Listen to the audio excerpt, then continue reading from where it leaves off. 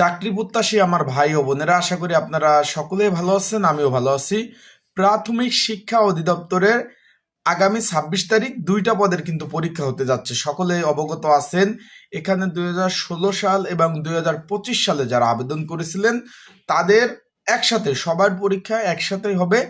এখন এই যে পরীক্ষা হতে যাচ্ছে আগামী 26 তারিখে, সকলে অবগত আছেন যারা পরীক্ষার্থী, তাদের জন্য কিছু গুরুত্বপূর্ণ কথা। আপনারা অনেকে ফোন দিচ্ছেন, জানতে চাচ্ছেন যে ভাই, আমরা 2016 সালে যারা আবেদন করেছি এবং 2025 সালে যারা আবেদন করেছি তাদের প্রশ্ন প্যাটার্ন কি আলাদা হবে কিনা। প্রশ্ন পয়েন্ট নাম্বার 1, 2 নাম্বারে অনেকে জানতে চেয়েছেন তাদের রেজাল্ট শিট কি আলাদাভাবে দিবে কিনা, এবং পরীক্ষা কি এমসিকিউ হবে না লিখিত হবে, এবং কি বিষয়ে প্রিপারেশন নিব, এবং কাদের পরীক্ষা দিতে আসার প্রয়োজন নাই।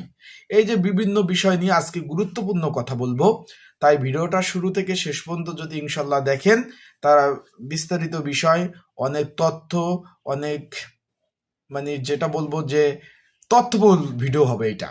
তাই ভিডিওটা শুরু থেকে শেষ পর্যন্ত দেখার চেষ্টা করবেন, ইনশাল্লাহ বিস্তারিত বিষয়ে জানতে পারবেন। এখন এইখানে কিন্তু আগামী 26 ডিসেম্বর 2025 তারিখ 2টা পদের পরীক্ষা অনুষ্ঠিত হবে। অফিস সহকারী কাম কম্পিউটার মুদ্রক্ষিক, সকাল 10টা থেকে 11টা 20 মিনিট, 52টি স্কুল অ্যান্ড কলেজে। তার বুঝতেই পারছেন যে কতগুলা স্কুল অ্যান্ড কলেজে পরীক্ষা হতে যাচ্ছে আর পরীক্ষার্থী কতগো, একটা ধারণা করেন। তারপর রয়েছে হিসাব সহকারী, দুপুর 3টা থেকে 4টা 20, এখানে 50টি কেন্দ্রে পরীক্ষা হবে। তাও বুঝতে পারছেন মোট 102টা স্কুল অ্যান্ড কলেজে পরীক্ষা অনুষ্ঠিত হবে।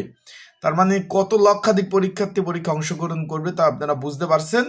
এখানে পরীক্ষা হবে প্রাথমিক বাছাই পরীক্ষা, তার এখানে পরীক্ষাটা হবে এমসিকিউ পরীক্ষা। যারা আমার ইউটিউব চ্যানেলে নতুন তারা অবশ্যই আমার ইউটিউব চ্যানেলটা সাবস্ক্রাইব করে রাখবেন। ফেসবুক পেজ থেকে ভিডিও দেখলে অবশ্যই ফলো করবেন, লাইক কমেন্ট শেয়ার করবেন, আর কমেন্টস বক্স আসতে মূল্যবান মন্তব্য প্রকাশ করতে পারেন। এখন বিষয়টা হলো, এখানে একটু খেয়াল করবেন, 3 অক্টোবর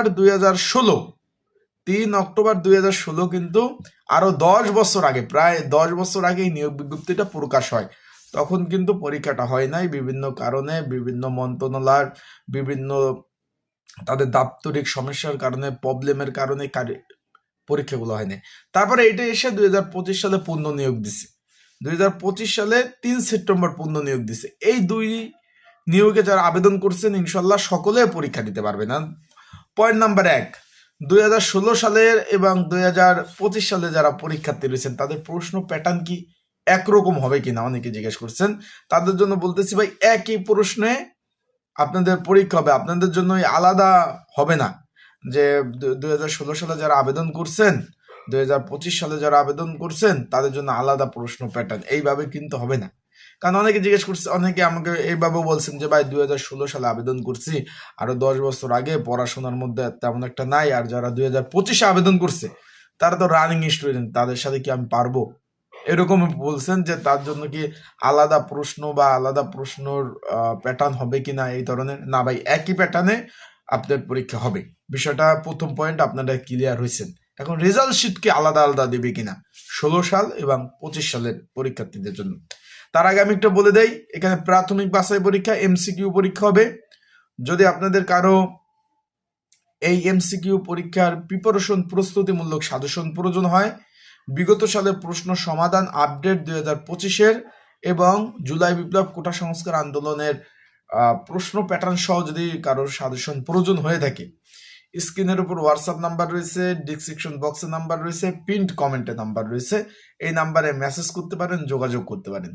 যোগাযোগ করে আপনারা কিন্তু এই সাজেশন হিসাব সহকারী এবং অফিস সহকারী কম্পিউটার মুদ্রাক্ষিক পদের সাজেশন রয়েছে, যদি আপনাদের প্রয়োজন হয়, যারা পরীক্ষার্থী রয়েছেন তারা অবশ্যই যোগাযোগ করবেন, মেসেজ করবেন, হোয়াটসঅ্যাপে নক দিয়ে আপনারা কিন্তু এই সাজেশনগুলা সংগ্রহ করে নিয়ে পড়তে পারবেন। যেহেতু সময় খুব কম, যাদের প্রয়োজন আছে তারা অবশ্যই নক দেবেন।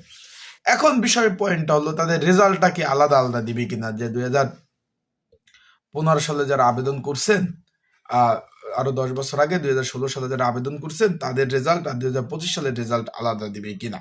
না ভাই, তাদের একই, যেহেতু প্রশ্ন প্যাটার্ন হবে, একইভাবে রেজাল্ট গুলা দিবে। আর পরীক্ষার সবগুলা কিন্তু ঢাকাতে ভাই। পরীক্ষা এই যে মোট হলো আপনার মোট 152টা, মানে 52 আর 50, মানে 102টা কেন্দ্র, সবগুলা কিন্তু ঢাকাতে।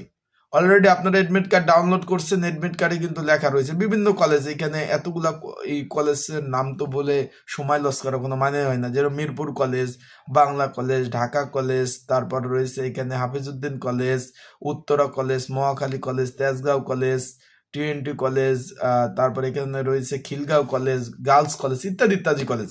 কার কোথায় পরীক্ষা পড়ছে অবশ্যই জানাবেন। এখন বিষয়টা হলো, পরীক্ষা দিতে আপনারা যাবেন ঢাকাতে। এখানে তারা কিন্তু এডমিট কার্ডে বলে দিয়েছে যে এখানে ঢাকাতে যাবেন আসবেন, কোনো প্রকার টিডি বিল তারা প্রদান করবে না। টিডি বিল তো বুঝেন, ঢাকা যাবেন আসবেন একটা খরচ আছে। ঢাকা যাবেন আসবেন একটা খরচ কিন্তু আপনাদের অবশ্যই আছে। যা দূর দূরান্ত থেকে, কেউ বরিশাল, কেউ কুমিল্লা, কেউ চট্টগ্রাম, কেউ নোয়াখালী, কেউ খুলনা, কেউ বাগেরহাট, কেউ রংপুর, দিনাজপুর থেকে আসবেন, আপ ডাউন প্রায় 3,000 টাকা খরচ মিনিমাম। এখন যদি আপনার প্রিপারেশন ভাই ভালো না থাকে, ঢাকাতে বর্তমানে গ্যাঞ্জাম, হরতাল, অবরোধ, এই গ্যাঞ্জাম, এই মিছিল, এই মিটিং, একটা পর একটা কিন্তু লেগেই আছে। গাড়ি চলে না, মানে বিভিন্ন প্রবলেম। পরীক্ষা দিতে আসতে অনেক কষ্ট হয়, অনেক হ্যাসাল, অনেক প্রবলেম, টাকার কাজ টাকা যায়, অনেক প্রবলেম সম্মুখীন। এখন যাদের প্রিপারেশন ভালো না, তারা কি করবেন? যারা পড়েনি নাই, সোজা কথা, তাদের বলবো যে ভাই এত টাকা পয়সা খরচ করে আসার দরকার নাই। যদি একবারে প্রিপারেশন না থাকে, পড়াশোনা না করেন, তাদের আসার দরকার নেই। যারা একবারে প্রিপারেশন নাই, পড়াশোনা করতেছেন না, তাদের আসার দরকার নেই। এটা আমি যেটা ভালো বুঝি। এখন আপনাদের ইচ্ছা, আশা করি বিষয়টা বুঝতে পারছেন। আর পরীক্ষার হলে কি কি কাগজপত্র নেবেন, অলরেডি আপনারা এডমিট কার্ড ডাউনলোড করছেন। এখানে পেন্সিল নিতে পারবেন, কলম নিতে পারবেন, স্কেল নিতে পারবেন। আবার বলতেছি, এডমিট কার্ড যারা নিবেন, অনেকে ভুল করেন, সাদা কালো এডমিট কার্ড নিয়ে যান। দয়া করে তাদের বলতেছি, এডমিট কার্ডটা একটু রঙিন কালারের, এই যে যারা প্রিন্ট করে তাদের বলবেন 10 টাকা নিবে। সাদা কালো এডমিট কার্ড নিয়ে গেলে কিন্তু আপনাদের পরীক্ষার হলে প্রবেশ করতে পারবেন না। প্রবেশ করবেন যখন স্যাররা চেক দিবে, তখন কিন্তু বাতিল বলে গণ্য হবে। তাই আপনারা যারা পরীক্ষা দিতে যাবেন এই দিকটা একটু খেয়াল রাখবেন। আর কলম তো নিয়ে যাবেন, 2টা কলম নিয়ে গেলে এনাফ, বেশি কলম নেওয়ার প্রয়োজন নেই। আশা করি আপনাদের যে প্রশ্নের অ্যান্সারগুলো আপনারা আমার এই ভিডিওর মাধ্যমেই পেয়েছেন, যে টপিকসগুলো জানতে চেয়েছেন। আর এখানে পোস্টিং এর বিষয়টা অনেকে জানতে চেয়েছেন যে ভাই এটা অনেক আগের নিয়োগ, পোস্টিংটা কোথায় হবে, কি হবে। তাদের বলতে চাই ভাই, এটার পোস্টিংটা বাংলাদেশের 64 জেলা, বাংলাদেশের বিভিন্ন বিভাগে, বিভিন্ন জেলা, বিভিন্ন বিভাগে আপনার পোস্টিং হবে। ঢাকাতে হবে, বিভিন্ন বিভাগে হবে। এখানে নির্দিষ্ট কোনোভাবে বলা সম্ভব না আপনার পোস্টিং এইখানে হবে, কিন্তু পরবর্তীতে চাকরি অনেকদিন হওয়ার পরে নিজের চয়েস মতো যাওয়া যায়।